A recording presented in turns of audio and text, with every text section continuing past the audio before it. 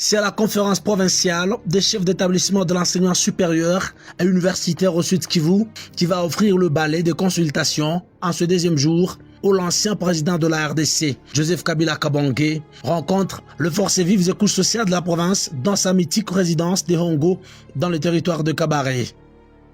Le Raïs reste focus sur la situation sécuritaire préoccupante à l'est de la RDC et veut à tout prix y apporter sa contribution, comme annoncé dans son récent discours à la nation. Après, c'est la plateforme de confession religieuse de la province du Sud Kivu qui a été consultée par l'ancien président, saluant son expertise pour pouvoir sortir le pays de cette crise, le dialogue étant la seule voie. Les leaders de notre pays doivent comprendre, le pays n'appartient pas à une seule personne. Le pays appartient à tout le monde. Nous sommes tous concernés, chacun de nous, de contribuer, n'est-ce pas, pour ramener la paix dans notre pays. Voilà l'objectif de notre visite aujourd'hui.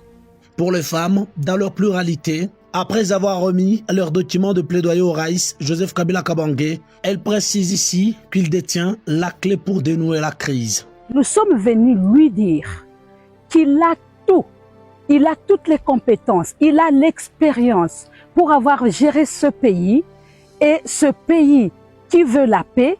Et donc nous demandons au président honoré de la République démocratique du Congo de s'impliquer effectivement et totalement dans la recherche de la paix en RDC.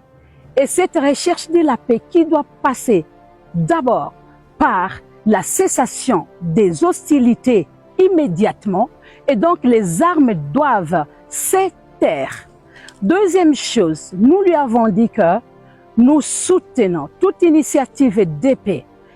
La société civile dans toutes ses composantes et les forces vives ont clôturé l'agenda chargé du Raïs tard dans la soirée. Ils disent avoir compris le vrai sens de ces consultations initiées pour résorber cette crise qui traverse le pays.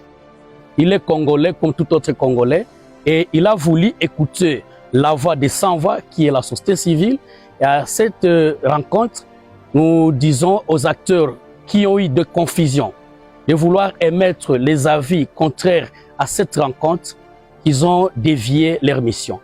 Nous décidons d'accompagner l'approche pourvu qu'il y ait les retours de la paix dans notre province du Sud Kivu. Il faut dire qu'au regard de l'engouement observé en ce deuxième jour à Hongo, l'initiative de l'ancien chef de l'État suscite de plus en plus l'appropriation de la part de toutes les composantes de la population.